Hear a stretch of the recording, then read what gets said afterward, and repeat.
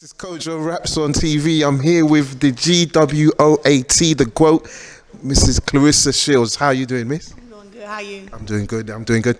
Great to see you in London. Saw you a couple of weeks back in Vegas for Wilder versus Fury. But just tell me specifically what brought you to London and how long have you been here? I'm here having my GWOAT camp. And do you want me to hold this? Oh, no. I'm good. Okay. I'm here having my GWOAT camp. And basically a camp where I teach my boxing fundamentals, put them through, interval cardio workout session, and just teaching them how I became a champ by doing some of the things that I showed them today. We've had kids from the age of 7 and 8 to the age of 50 and 40 come to the class, which I've been so grateful for, and I had a great experience already. Today was day 3 of the GWOAT camp. Today we had 15 people. Yesterday we had 10. Before then we had 8. They say Friday we're supposed to have 30. Wow, so that's a nice day. Yeah, I'm enjoying it. I'm having a really great time. And I really love teaching people. And this is my first GWOAT camp that I've had. I haven't had one in the U.S. yet. Okay, oh wow. So this is my first one. This is breaking new ground in the UK. Yeah. Perfect. And then coming to London, I mean, what made you want to do it in London, I guess? On my social media, you can look and see like where your fans are from and where they're from around. And I have 100,000 followers from the UK out of my 300,000 followers. Yeah. So I kind of feel like I was kind of starving them a little bit because I never come to the UK to do anything, so they can't get pictures, they can't get autographs, and I barely, bump into them at the fights. So I decided I wanted to come over here and have a camp and give those the opportunity who wanted to meet and see me to come and train with me. Yeah, good. And I mean, from that perspective, you've seen how the British fans are kind of crazy about boxing. They've been heavily engaged. Just before now, you just finished the class. Somebody asked if you'll come over to a fight. Do you have any plans this year to come and watch a fight? I mean, Joshua Pulev would be big, but do you have any plans to come to the UK and watch a fight? Soak up that energy? I definitely want to soak in the O2 Arena energy because I've never been there. I just see it over TV, and I love how they just swing Sweet Caroline, and they're just some crazy fans. They're way different than American fans. Like, they'll sing songs in a crowd. Like, that's different. You're not gonna have any American crowd doing that. I do plan to come over. I just don't know when. I don't know if I come to the Joshua fight or any other. I've been to a fight at the York Hall, but I want to experience the O2 Arena, so I'll pick a fight when I want to come. Yeah, good. And obviously we're at Churchill's boxing gym. One of your former opponents, Hannah Rankin, trains out of here. Obviously you guys fought, I want to say late 2018, but you seem to be getting on really well now. How did that come about? And I mean, what's the relationship like? Leading up to the fight, I don't like nobody. I don't like nobody who I'm fighting against. But after the fight, after our 10 rounds, it was nothing but respect. I actually like her as a person. She may have said, she can beat me and stuff. We were getting ready for the fight, but she's supposed to say that. She's supposed to feel that way. After the fight, it was nothing but genuine love. I told her, look, you're a great fighter. You have a lot of potential, and you may not have become a world champ tonight, but you will be a world champ in the future. And I was right because she did become a world champ. Exactly. Yeah. But she's helped me spar and get ready for some of my fights, and I'll come over here and help her spar and get ready for some of her fights. And we just not haters. Like we're two women who really wish each other well. So you don't really find that in women's boxing because there's always like some secret hateration going on. But me and Hannah get along just well. We fought. It was what it was. And we're cool now. She's like my bestie. I hit her up online all the time. I mean, obviously you're here in London. Was there any sparring going on this week? I was gonna spar, but my upper trap had been bothering me from the long flight. It's like my trap is connected to my neck or something, so I have to keep stretching it out. Daily massages. And it's not as sore as it was when I first got here because it was sore and it was aching, but now it's just sore. So it's getting better, but I was supposed to spar. A couple girls asked me to spar, and I was really looking forward to it, but I don't want to do it with my shoulder. And any names you could reveal about the sparring? Yes, Andy Ryan wanted to spar. Nice. Of course, Hannah Rankin. Sherelle Brown, she's a pro. And I even think Chantel Cameroon asked me to spar. Oh, nice. That's kind of like the top level of female boxers in the UK. So, I mean, just on that point, since you've been here, how do you feel women's boxing has been, I guess, adopted by British boxing fans, or from what you've seen? I feel like the British boxing fans are kind of a little bit behind America a little bit in how they support their women because I've yet to see Katie Taylor fight the main event yet, and that's kind of disappointing for me because it's like she's fought on the undercard of Ryan Garcia, and he's not a bad fighter. Don't get me wrong, but he's not an Olympic champ, and she shouldn't have to fight on the undercard of him, no matter how many followers he got. I think he's a great fighter. He's up and coming, but Katie Taylor is a two-division world champ. She shouldn't be fighting on the undercard of Ryan Garcia, that's fair. or any fighter who doesn't have a world title. So the fact that she hasn't fought the main event yet kind of sometimes bothers me a little bit. But I heard she will be fighting main event soon. And I think the fight with her and Amanda Serrano. Yeah, I was going to say, I heard that's going to be...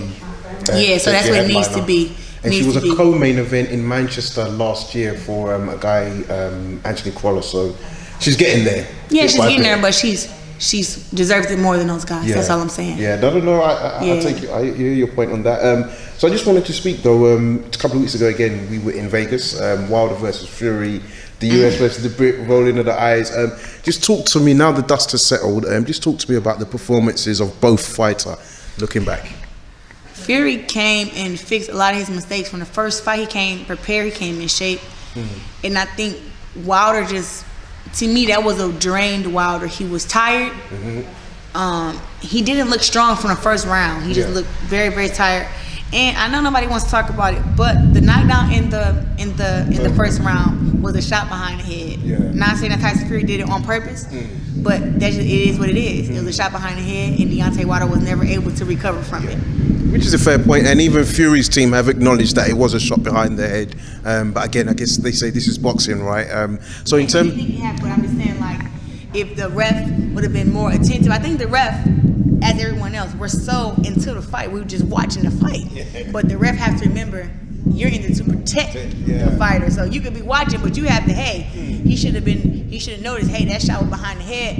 Wilder may need more time to recover.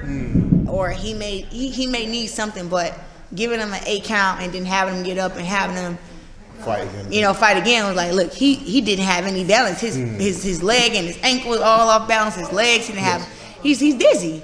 And I'm not saying that it was done intentional, but if you hit somebody low, no matter if it was done intentional or not, it's still a low blow, and you gotta take the right precaution. Yeah, that's a fair point. That's all. But Fury, even after the knockdown, he was choking Deontay Wilder. He had him in a headlock sometime. He had a great jab to the head and to the body for this fight. He threw uppercuts to the body, which he didn't do nobody work the first fight. And he set the pace. He set the tone. So regardless, unless he raced the first round, Tyson Fury fought a hell of a fight. And I can't wait to see the trilogy because I feel like Deontay Wilder has a lot to prove, and that was nowhere near the bronze bomber that I know. I mean, you spoke about the legs, and a few people that I've spoken to have said, look, they just feel, they don't know if it's the costume, but they feel it wasn't the Deontay Wilder that they're used to seeing. So on that basis, what would you say Wilder needs to do to make the adjustments to get the victory in this third fight, if it's possible? I think that the magnitude of the fight is what drained him. The magnitude of, constant interviews, constant media. Having to face off with Tyson Fury, I don't know how many times. And sometimes doing all, having to travel, doing Super Bowl weekend down into Miami to do media, building up the fight to make sure that it sold tickets and that it, made history. That stuff can be draining sometimes. And you have to know as a fighter when it's time for you to back up.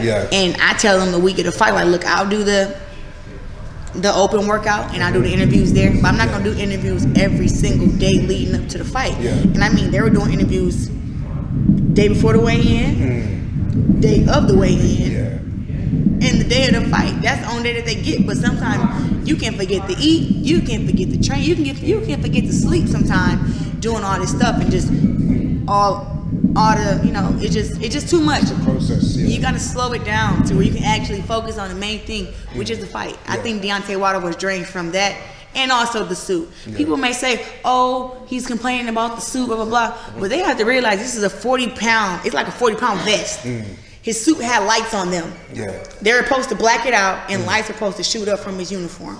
It didn't. But also, Deontay Wilder dressing room was in the basement of the T-Mobile. We had to walk up the stairs. And then you had to wait for Tyson Fury Free from Desire song and Crazy.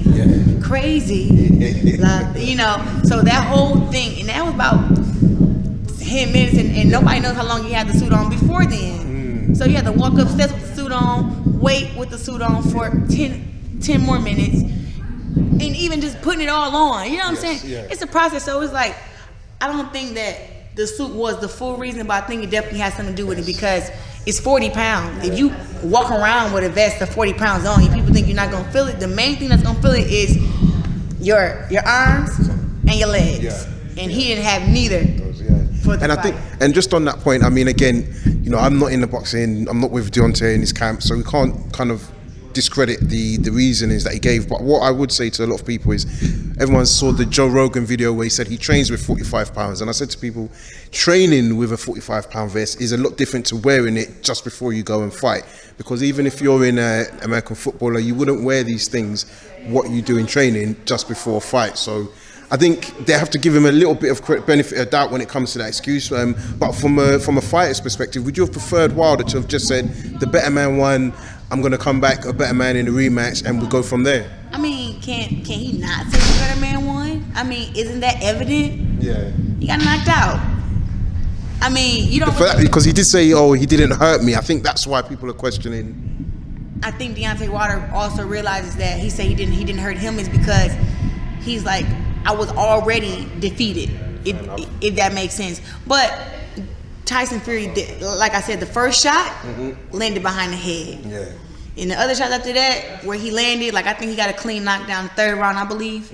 Which I'm like, whoa, that hit him right here, and he went down. Yeah, that was. But I just think Tyson Fury definitely hurt him. I don't know why Deontay Wilder said that. But I can just say he know it wasn't 100% himself, and that's why he's doing this quick rematch turnaround. I mean, what's your thoughts on that in terms of the time frame? If Fury gets comfortable, Deontay Wilder will have his belts back. Okay. People will be upset that I said that, but when you're a fighter, fighters, if you did bad in the fight, and if he came in there 100% and Fury did him like that, I can guarantee he would not be taking the fight right away. He'd be like, whoa, this guy beat me, I was 100%, and he just knocked me out. Wilder know he was not 100%. Only he knows exactly what went wrong. He's gonna fix that. And you're gonna have a fight like you did the first fight. But if Tyson Fury sleeps on Wilder because he knocked him out, Tyson Fury knows that he can definitely get caught, and Wilder will be back champion. So I'm still rolling with Bombzquad for the trilogy. I like Tyson Fury. He got the best comeback story in boxing history. His pictures of him being how big he was, and the suicidal thoughts and everything, the drinking and drugs, all that stuff, to see him come back and do what he did, it's great for him to change his life around. I love it, but I'm still Team Wilder. No, that's fair enough.